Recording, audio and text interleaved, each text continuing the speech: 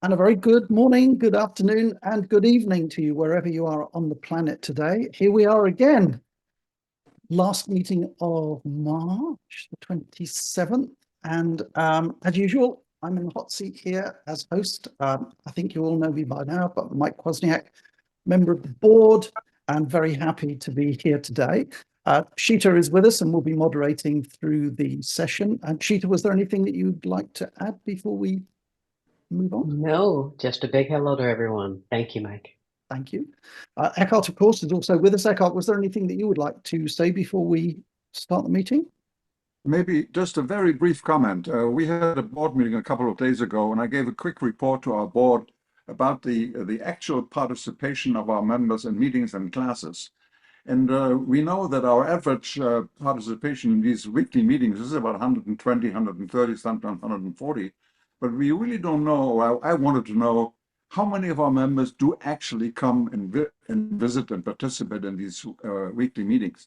So I did some homework and added some reports together that Zoom generates. And I found out that more than 500 of our members have actually come to our meetings since September. And I think that's a wonderful number, and I just wanted to mention it. And I want to encourage our membership to continue this active participation in our efforts and our programs. Thank you. Thanks, Eckhart.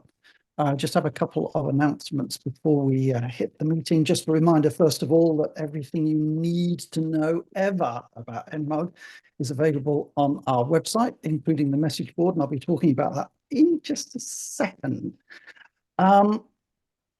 Next, and actually importantly, I've never done this before, an announcement for which I don't have a slide prepared because I only had this thought about 20 seconds ago. Sent a quick message to Eckhart to just say, should we mention this? And he said, yes. So here we go. I don't know if we have any beginners in our group with us today, but if we do, keep an eye out for an email that will be coming to you soon because we're planning beginners sessions for both the iPad and Mac OS, probably running at the beginning of June. Notes are just about ready, so we're fast approaching good to go.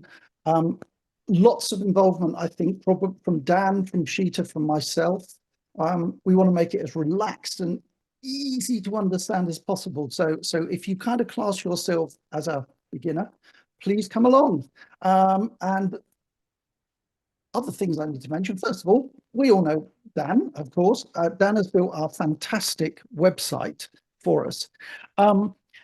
He's looking for help. And I don't know if we have any WordPress users in the group. I can't imagine we don't. But Dan is looking for somebody who might be able to just manage the website were he at any point not around. For example, if he went on holiday or something happened. And I just wondered if there is anybody who knows a little bit about WordPress that might be prepared to give that a go. And if there is, please drop one of us a line and we'd love to hear from you. Next, this is George Brooks' idea, and it's a good one, I think, and thank you very much indeed, George. George suggested that we start a thread on the message board just before each meeting, so that if you have any questions specifically about that particular day's meeting content, so in other words, about AppleCare today, that you use this one thread so that all of the questions on a particular subject just are neat and tidy and easy to find because they're all located in the same thread. I posted for today about 5 minutes ago. So if you do have any questions after the event today, that's the place to post them on our message board. Next week, Christian's back. It'd be great to see him again. And he's going to spend the session talking about the Mac's option key and just demonstrating the huge number of uses and shortcuts that the option key can be used for. Should be absolutely fascinating. So that's same place, same time next week. And with that, it's my pleasure to introduce Jeff back to Speaker's Corner. And I will just stop my share now and Jeff, allow you to take over. Thank you very much. Okay, let me get my screen shared here.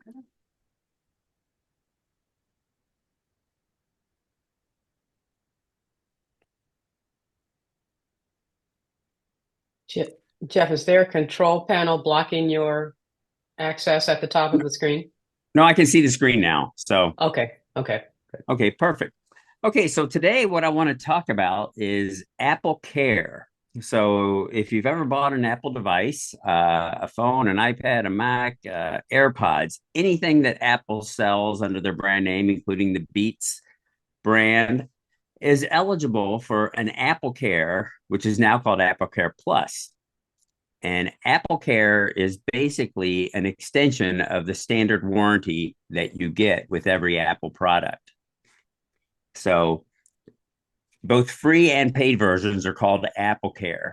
So the basic AppleCare coverage is the limited warranty that's 1 year against hardware defects and 90 days of complimentary technical support.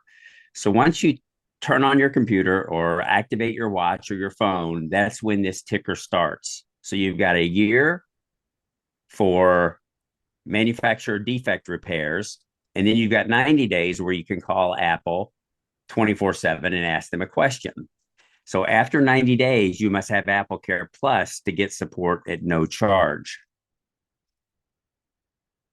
So again, Apple calls this service and support from the people who know your Apple products best. So because Apple makes the hardware, the operating system, and many applications that are on your phone, Apple products are truly integrated systems. And only AppleCare products give you one-stop service and support from Apple experts, so most issues can be resolved in a single call or even a chat. So there's one stop for all this support. And again, most Apple hardware comes with a 1 year limited warranty and up to 90 days of complimentary support. So to extend your coverage further, you can purchase what's called AppleCare Plus. So I'm going to go over the purchasing for different products in a moment, but first of all, I want to tell you how to contact AppleCare. So the most important thing you can realize is that if you need to contact them, how do you do it? So you can go to apple.com support and start an online AppleCare request, or you can use the support app on your iOS device. So the support app is in the store. If you just search for support, you'll see an icon that looks like this, and that is the support app. They also have a phone number. So if you want to call them and talk to a real person, you can call 1-800-275-2273, and that will put you with an AppleCare support person. So the iOS and iPad OS support app is easy to navigate and process. When you open the app, you'll see a list of your devices, and then you can start the repair process. So like here's the Apple support app on my personal iPad, and you'll see my different devices are there. It'll say this iPad Pro, my AirPod Max are there, my Vision Pro, my 15 phone, my Ultra 2 watch. And that'll go on to the right to cover some HomePods and Beats headphones that I have. But once you open the support app, you will see all your devices, and then you can tap on one to select the issues you're having. So for example, I tapped on my iPad in this case. You have options for repairs and physical damage, device performance. You have options for subscriptions and purchases, Apple Store shopping issues, passwords and security, update, backing up and restoring, and there's a more option. So you see that Apple can answer questions about any of their products that you have, including Apple One, Apple Card, iCloud, Apple Music. So this is when you go to the Apple support app on your device. This is the first screen you'll see when you tap on a device. And then when you get into a option like repairs and physical damage, you'll get more options. So you kind of pick from these multiple choice lists. Is it a cracked screen? Is it a back cracked screen if it's an iPhone with a glass back? Unable to power on, accidental damage, battery service, buttons not working, liquid damage, device is slow. So you'll see all these options, and you could tell them your camera isn't working or something. So you can also click tell us what's happening at the bottom and give a more detailed subscription or description. So after you describe the repair needed, you will see the options available. So for example, this is an iPad with a cracked screen. They have two options here. They have express replacement and they have schedule a repair. So if you schedule a repair, it says here there's going to be a $49 service fee. So instead of everything with AppleCare is not free of charge, but sometimes they have a service fee, which is like a deductible. So if you were really to replace the cracked screen on your iPad out of pocket, I would guess it would cost probably $500 or $600. But with AppleCare, you just pay a $49 service fee, which you can consider kind of a deductible to do this. Now, one neat policy they have is called express replacement. So if the option or the item that has been damaged or is not working properly is either an iPhone, an iPad, or an Apple Watch, you can choose this express replacement option, which means that you agree to send in the broken device. Apple will overnight you a replacement device right away.